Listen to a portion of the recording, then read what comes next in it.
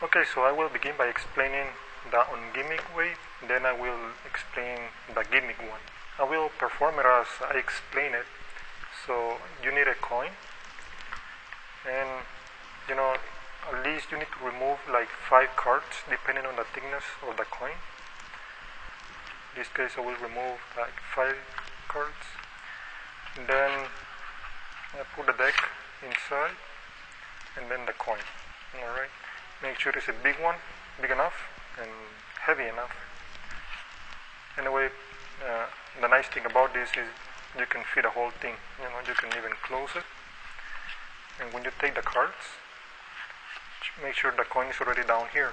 So when I pull all the cards, the coin is already rested in whatever corner you want it, here or here, because of the noise, So I'd rather do this on the finger instead of the cards, so you can feel whether it's about to fall off the finger. Because if I put it on the cards, the bad thing about it is that it's hard for you to feel it, and most likely you may end up dropping the box whenever you wanna move it. You see? So I'd rather have the contact myself and get the feeling. After you finish balancing the box on the finger, you grab the box from the back, you drop the coin right in your hand while you reach the cards and give it for inspection, so you can go immediately into the classic pawn and for inspection, and while they still looking, inspecting the box or the deck, you can get rid of the coin and you're ready to go for the second part, which is suspending the cards right above the box.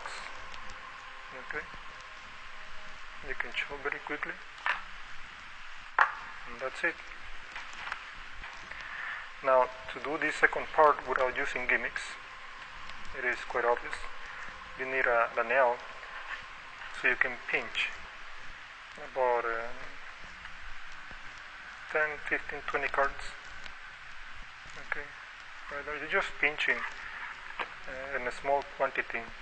Let's say I'm pinching this quantity against the box using the nail.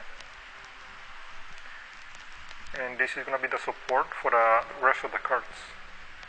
Okay, not to fall. Now I try not to stay into this stage for too long.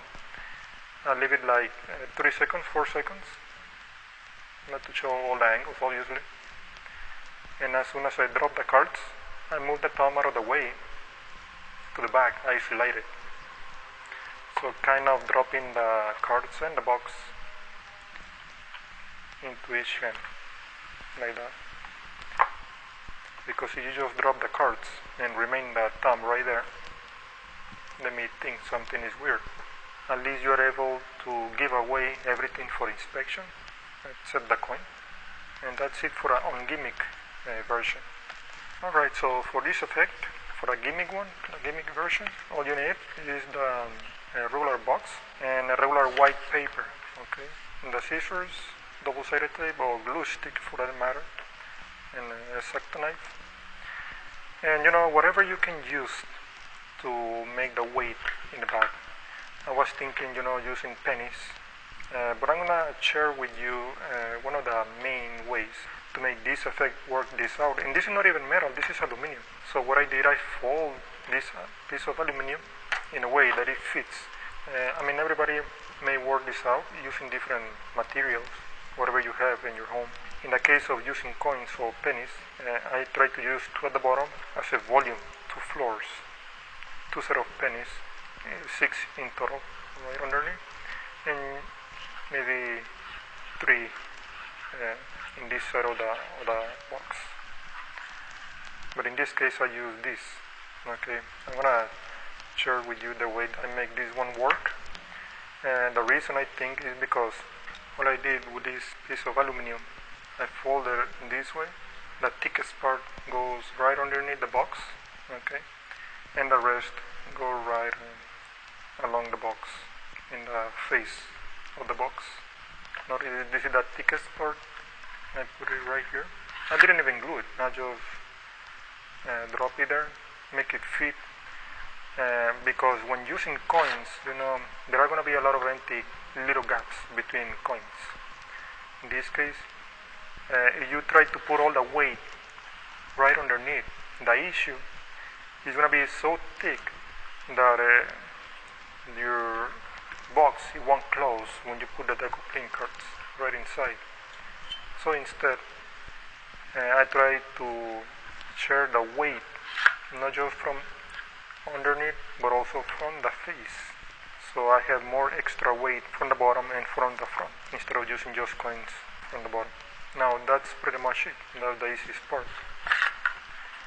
Then, with a piece of paper, I try to make the cut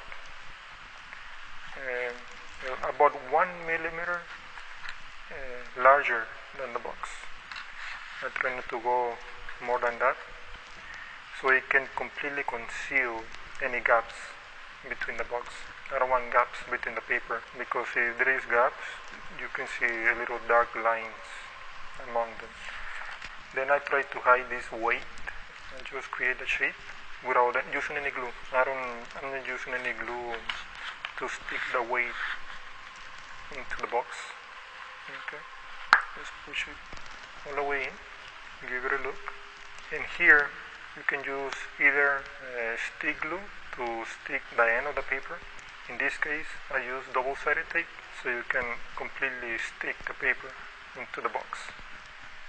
After you put the gimmick and the paper inside, to cut the excess of the paper, you cut it with a scissors, but this edge is going to be a really sharp cut, a clean cut. You want to diffuse the edge of the paper so it fades into the box. So take the blade of the scissors and carefully just notice how it blends into the box. Now once you finish, you can take the X-Acto knife and cut a little slit right in this side of the box, as you can see, in a 45-degree angle. As an average, obviously I don't even care how, just an angle, okay, pretty much. And with a X-Acto knife is going to help you after you finish the whole gimmick. This is going to be the last thing you should do. Just put the blade and cut an angle. And that should give you this little slit for the cards, any quantity, whatever you can fit. You push down over here, let any quantity of the cards, whatever it gets in, to the slit. Okay, so right there I have like 15 cards. There are some angles you shouldn't show, but this is pretty much the whole support you have right here in the corner. So you can put the rest of the cards, and it's important not to keep the hand right here. Okay, the thumb right here. You need to move the hand down here. Okay, you can show only the front in this side over here.